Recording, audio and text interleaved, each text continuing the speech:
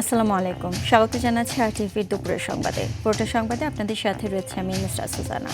সরকার গঠনের 1 মাসের কম সময়ে জনগণকে দেওয়া প্রতিশ্রুতি বাস্তবায়নে কাজ শুরু করেছে সরকার। ফ্যামিলি কার্ডের উদ্বোধন অনুষ্ঠানে প্রধানমন্ত্রী তারেক রহমান বলেন, নারীকে শক্তিশালী করতে না পারলে দেশকে এগিয়ে নেওয়া সম্ভব নয়। বিএনপি সরকার প্রতিশ্রুতি বাস্তবায়ন থেকে বিন্দু পরিমাণ পিছু হটবে না বলেও জানান প্রধানমন্ত্রী। সরকার তার কাজের জন্য জনগণের কাছে জবাবদিহি করতে বাধ্য থাকলে অনিয়ম দুর্নীতি দূর হবে বলেও জানান তারেক রহমান। মাইদুর রহমান রুবেল জানাচ্ছেন বিস্তারিত। যে মহেন্দ্র খনের অপেক্ষায় পুরো জাতি তার অবসান ঘটাতে বনানী করাইল বস্তি সংলগ্ন টিএনটি মাঠে নির্ধারিত সময়ের কিছু পর আসেন প্রধানমন্ত্রী তারেক রহমান। উদ্বোধনের আগে মঞ্চে না উঠে জনতার কাতারে নেমে এলেন সরকার প্রধান। হাত মেলালেন উপস্থিত জনসাধারণের সঙ্গে। সরকার গঠনের 1 মাস পার না হতেই নিজের দেয়া কথা রাখলেন প্রধানমন্ত্রী তারেক রহমান। প্রতিশ্রুতি অনুযায়ী করাইল, ভাসানটেক, সাততলা বস্তিবাসীর 17টি পরিবারের নারী প্রধানের হাতে ফ্যামিলি কার্ডের রেপ্লিকা তুলে দেন তিনি। ল্যাপটপে প্রেস বাটনে চাপ দিতেই সুবিধাভোগীদের ব্যাংক কিংবা ডিজিটাল ব্যাংকে চলে যায় প্রথম মাসের বরাদ্দ।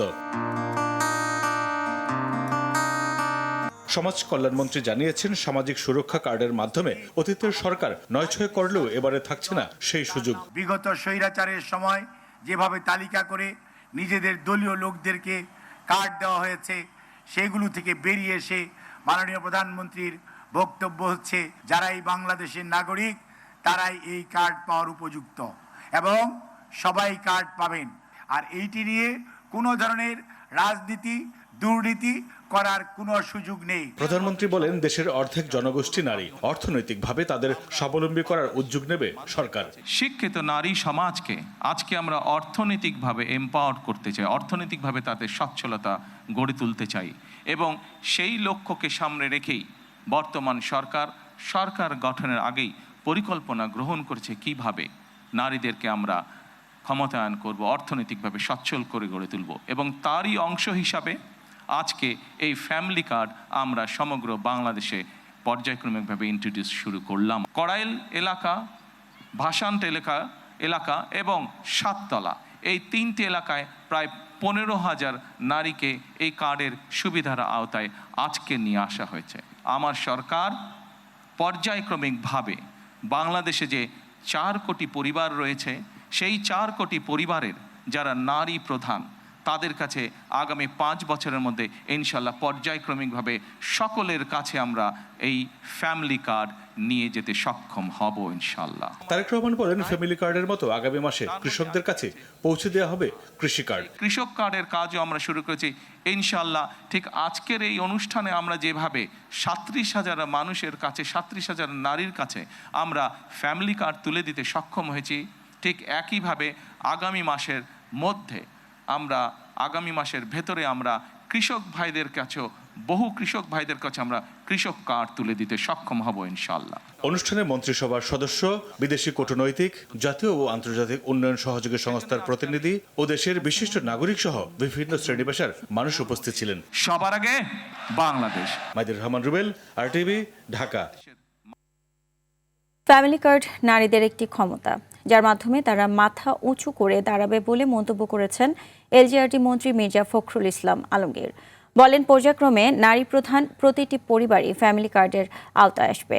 দুপুরে ঠাকুরগাঁওয়ে ফ্যামিলি কার্ড বিতরণের উদ্বোধন অনুষ্ঠানে এসব কথা বলেন তিনি। এদিকে চট্টগ্রামে অর্থমন্ত্রী আমির খসরু মাহমুদ চৌধুরী বলেছেন, ফ্যামিলি কার্ড প্রকল্প দারিদ্র্য বিমোচন ও নারীর ক্ষমতায়নে মাইল ফলক হয়ে থাকবে। প্রতিনিধিদের পাঠানো তথ্যচিত্র আরও জানাচ্ছেন সুলাইমান কবির। দায়িত্ব গ্রহণের 1 মাসের মধ্যেই নির্বাচনী প্রতিশ্রুতি ফ্যামিলি কার্ড প্রকল্প বাস্তবায়ন করল তারেক রহমানের নেতৃত্বাধীন বিএনপি সরকার। সকালে রাজধানীর করাইল বস্তিতে প্রকল্পের উদ্বোধন করেন প্রধানমন্ত্রী তারেক রহমান। একই সাথে প্রথম দিনে দেশের 13টি জেলার 15টি ওয়ার্ডের প্রায় 37,567 জন ফ্যামিলি কার্ডের আওতায় এসেছেন। তারা এখানে এসেছেন যারা। দুপুরে ঠাকুরগাঁওয়ে ফ্যামিলি কার্ড বিতরণের উদ্বোধন করেন এলজিআরডি মন্ত্রী ও বিএনপি মহাসচিব মির্জা ফখরুল ইসলাম আলমগীর। এ সময় তিনি বলেন, নারীদের ক্ষমতায়ন করার লক্ষ্যেই ফ্যামিলি কার্ড চালু করেছেন তারেক রহমান। আপনি এই দেশের একজন নারী হিসেবে, পরিবারের প্রধান হিসেবে আপনার অবস্থানটাকে দৃঢ় করতে পারবেন, একটা শক্তি আসবে আপনার মধ্যে। চট্টগ্রামে ফ্যামিলি কার্ড বিতরণ অনুষ্ঠানে অংশ নেন অর্থ ও পরিকল্পনা মন্ত্রী আমির খসরু মাহমুদ চৌধুরী। বলেন, তারেক রহমান ঘোষিত কল্যাণকর রাষ্ট্র গঠনের লক্ষ্যে ফ্যামিলি কার্ড প্রথম পদক্ষেপ হিসেবে থাকবে।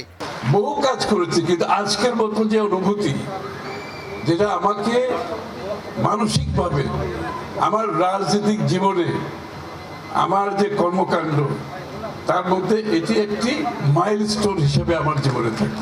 এদিকে ভৈরবে উদ্বোধনী অনুষ্ঠানে অংশ নেন বস্ত্র ও পাট প্রতিমন্ত্রী মোহাম্মদ শরীফুল আলম। বলেন, স্বজনপ্রীতি নয়, দলমত ধর্ম বর্ণ নির্বিশেষে সবাইকে দেয়া হবে ফ্যামিলি কার্ড। জাতি ধর্ম বর্ণ নির্বিশেষে সকল পরিবার এই কার্ডের ভুক্তভোগী হবেন, এই কার্ডটি পাবেন। এছাড়াও খুলনা, ভোলা সহ পাইলটিং কর্মসূচিতে প্রথম পর্যায়ের অন্যান্য জেলাতেও ফ্যামিলি কার্ড বিতরণ করা হয়। মাননীয় মন্ত্রী সুলাইমান কবির, RTV। আজও মিলছে না জ্বালানি তেল, এতে সংকটে পড়েছে চালকরা। গাজীপুরের কালিয়াকৈরে সকাল থেকে বিভিন্ন পাম্পে অকটেনও মিলছে না। বন্ধ আছে বেশিরভাগ পাম্প। সিন্ডিকেটের কারণে তেল পাচ্ছেন না বলে অভিযোগ চালকদের। এদিকে সিলেটে পেট্রোল পাম্পে হামলার প্রতিবাদে মালিক সমিতির ডাকে ধর্মঘট চলছে। 2 দফা দাবিতে আজ বেলা 2টা পর্যন্ত আলটিমেটাম দিয়েছে তারা। এতে দুর্ভোগ চরমে উঠেছে গ্রাহকদের।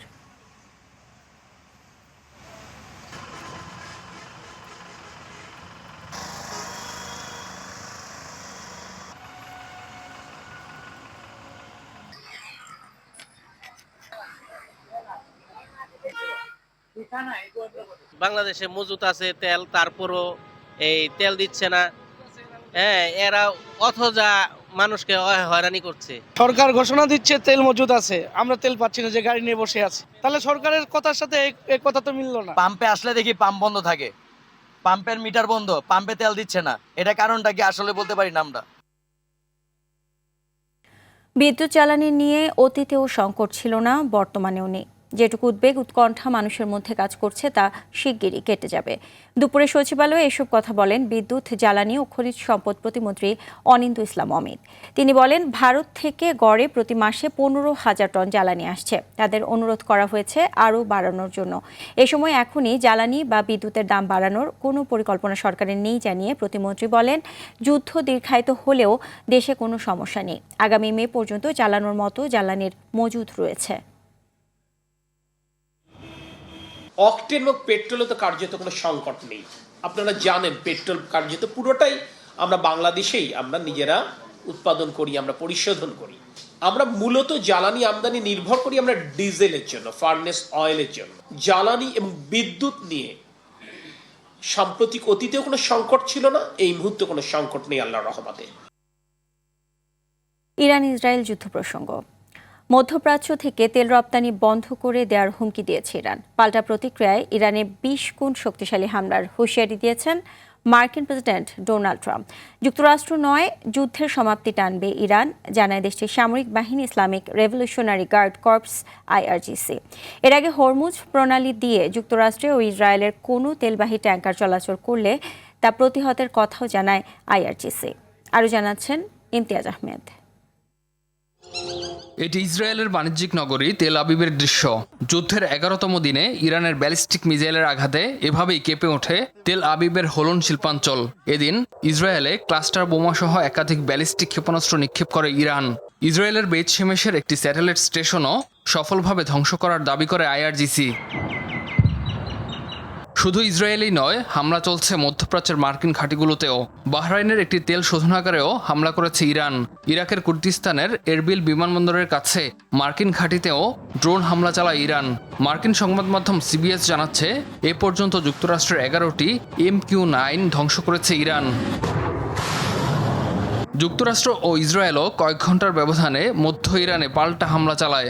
এছাড়া পারস্য উপসাগরে 3টি ইরানি নৌযান লক্ষ্য করে হামলা চালায় মার্কিন নৌবাহিনী। এদিকে দক্ষিণ লেবাননে নিজেদের এক স্টাফ সার্জেন্ট নিহত হওয়ার কথা জানায় ইসরায়েলি বাহিনী। দক্ষিণ লেবাননে সংঘর্ষ হয়েছে হিজবুল্লাহ ও ইসরায়েলি বাহিনীর মধ্যে। এ সময় অন্তত 2টি ইসরায়েলি ট্যাঙ্কে হামলা চালায় হিজবুল্লাহ। আইআরজিসি জানিয়েছে যেসব আরব বা ইউরোপীয় দেশ তাদের ভূখণ্ড থেকে ইসরায়েল এবং যুক্তরাষ্ট্রের রাষ্ট্রদূতদের বহিষ্কার করবে তারাই শুধুমাত্র হরমুজ প্রণালী দিয়ে নির্বিঘ্নে চলাচলের পূর্ণ স্বাধীনতা পাবে। আইআরজিসির পক্ষ থেকে বলা হয়, যুক্তরাষ্ট্র নয়, যুদ্ধের সমাপ্তি নির্ধারণ করবে ইরান। ইমতিয়াজ আহমেদ, RTV। এদিকে ইরান যুদ্ধের উত্তেজনার মধ্যেই বাণিজ্যিক চুক্তি পর্যালোচনায় মেক্সিকোর সঙ্গে আলোচনায় বসছে যুক্তরাষ্ট্র। আগামী সোমবার অনুষ্ঠিতব্য এই বৈঠকের নেতৃত্ব দেবেন মেক্সিকোর অর্থনীতি সচিব মার্সেলো ইব্রার্ট ও মার্কিন বাণিজ্য প্রতিনিধি জেমিসন গ্রিয়ার। এতে পণ্যের উৎস বৃদ্ধি, উৎপাদন বৃদ্ধি এবং সরবরাহ শৃঙ্খল নিরাপত্তার মতো গুরুত্বপূর্ণ বিষয়গুলো গুরুত্ব পাবে। মূলত ট্রাম্পের কঠোর শুল্ক নীতি থেকে অর্থনীতিকে রক্ষা এবং বিশ্ববাজারে প্রতিযোগিতায় এগিয়ে থাকতেই এমন উদ্যোগ নেওয়া হয়েছে। এরই মধ্যে নিয়মিত আলোচনার মাধ্যমে বাণিজ্যিক সম্পর্ক আরও জোরদারের প্রতিশ্রুতি দিয়েছে দুই দেশ।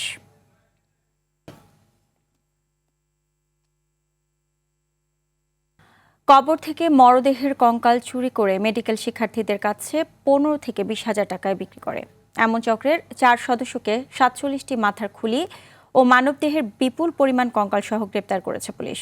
উত্তরার সাপ্পোরো ডেন্টাল কলেজের হোস্টেল থেকে জব্দ করা হয় এসব কঙ্কাল। শাকিবুর রহমানের রিপোর্টে থাকছে বিস্তারিত। গোপন সংবাদের ভিত্তিতে উত্তরা সাপ্পোরো ডেন্টাল মেডিকেলের শিক্ষার্থী গাজী জহিরুলকে মণিপুরি পাড়া থেকে একটি কঙ্কাল সহ গ্রেফতার করে পুলিশ। তার দেয়া তথ্যে তেজগাঁও এলাকায় অভিযান চালিয়ে কঙ্কাল সহ আবুল কালাম ও আসাদুল মুন্সিকে আটক করে। তাদের দেয়া তথ্যের ভিত্তিতে সাপ্পোরো ডেন্টাল কলেজের হোস্টেলে অভিযান চালিয়ে 44টি কঙ্কাল সহ ফয়সাল নামের আরেক শিক্ষার্থীকে গ্রেফতার করে পুলিশ। সংবাদ সম্মেলনে জানানো হয়, ফয়সাল এই চক্রের মূল হোতা, বাকিরা তার সহযোগী। তবে এই চারজনই এই রিলেটেড আর কি, মানে কেউ যারা কবর থেকে এই হাড়গুলা উঠাচ্ছে, যারা কবর থেকে এই হাড়গুলো আবার প্রসেস করতেছে এবং তাদের কাছ থেকে নিয়ে আবার সেগুলো আবার সুন্দর করে কঙ্কাল বানাচ্ছে, এই প্রসেসের সাথে চারজনই ইনভলভ এবং ফাইনালি হচ্ছে এরা বিক্রি করে হচ্ছে স্টুডেন্টগুলো। গাজীপুর, ময়মনসিংহ, শেরপুর, জামালপুর সহ বিভিন্ন এলাকার কবরস্থান থেকে কঙ্কালগুলো চুরির পর প্রসেসিং করে বিক্রি করত মেডিকেল কলেজের শিক্ষার্থীদের কাছে। শেরপুর, জামালপুর, ময়মনসিংহ এবং গাজীপুর, এই 4টি জেলার কথা আমাদের প্রাথমিকভাবে বলেছেন। কবরস্থানগুলো বেশি সুরক্ষিত, সেখানে কিন্তু ওনারা এই কাজগুলো করতে পারেন না। যেগুলো হচ্ছে বিচ্ছিন্নভাবে কিছু কবরস্থান দেখা যায়, 10টা, 20টা, 50টা কবর থাকে, যেটা হচ্ছে অরক্ষিত, যেখানে পাহারাদার থাকে না, ঠিকমতো লাইটিংয়ের ব্যবস্থা থাকে না, সিসি ক্যামেরা থাকে না, লোকজনের যাতায়াত কম, সে সকল জায়গাতে তারা টার্গেট করে। দীর্ঘদিন ধরে চক্রটি অনলাইনে কঙ্কালের ব্যবসা করে আসছে। চক্রের অন্যদের আইনের আওতায় আনতে কাজ করছে আইন শৃঙ্খলা বাহিনী। শাকিবুর রহমান, RTV, ঢাকা। আধিপত্য বিস্তার নিয়ে মাদারীপুরে ঘরে ঢুকে একজনকে কুপিয়ে হত্যার অভিযোগ উঠেছে প্রতিপক্ষের বিরুদ্ধে। এ সময় ঘরবাড়ি ভাঙচুর ও লুটপাটও করা হয়। সকালে সদর উপজেলার নতুন মাদারীপুর গ্রামে এ ঘটনা ঘটে। প্রত্যক্ষদর্শীরা জানায়, আধিপত্য নিয়ে স্থানীয় আলমগীর হাওলাদারের ঘরে ঢুকে হামলা চালায় প্রতিপক্ষ হাসান মুন্সির লোকজন। এ সময় আলমগীরকে কুপিয়ে হত্যা করা হয়। এ ঘটনায় একজনকে আটক করা হয়েছে। এলাকায় উত্তেজনা বিরাজ করায় পুলিশ মোতায়েন করা হয়েছে। এদিকে গোপালগঞ্জের মুকসুদপুরে সিয়াম মিয়া নামের এক কলেজ ছাত্রের মরদেহ উদ্ধার করা হয়েছে। এ ঘটনায় 2 সহপাঠীকে গ্রেফতার করেছে পুলিশ। জানাবো ন্যাশনাল লাইফ ইন্স্যুরেন্স আন্তর্জাতিক সংবাদ। ইন্দোনেশিয়ার রাজধানী জাকার্তার কাছে একটি ভাগাড়ে আবর্জনা ধসে 7 জনের মৃত্যু হয়েছে। গত 2 দিনের শ্বাসরুদ্ধকর উদ্ধার অভিযান মঙ্গলবার সমাপ্ত ঘোষণা করে স্থানীয় কর্তৃপক্ষ। জাকার্তা সার্চ অ্যান্ড রেস্কিউ অফিসের প্রধান দেসিয়ানা বাহারি জানিয়েছেন, নিখোঁজ 6 জনের সবাইকে উদ্ধার এবং নিহতদের পরিচয় শনাক্ত করা হয়েছে। উদ্ধার অভিযানে 2 শতাধিক উদ্ধারকর্মীর পাশাপাশি আধুনিক ড্রোন ও খনন যন্ত্র ব্যবহার করা হয়। ভারী বৃষ্টির কারণে গত রবিবার দেশটির বৃহত্তম এই ভাগাড়ের বর্জ্যের স্তূপ ধসে পড়লে এই দুর্ঘটনাটি ঘটে। এর আগে 2005 সালে এই একই স্থানে ভয়াবহ ধসে শতাধিক মানুষ প্রাণ হারিয়েছিলেন। দুপুরের সংবাদে পর্যন্তই। জেলা সংবাদ বিকেল 4:45টায় দেখার আমন্ত্রণ রইল। এতক্ষণ সাথে থাকার জন্য সবাইকে ধন্যবাদ।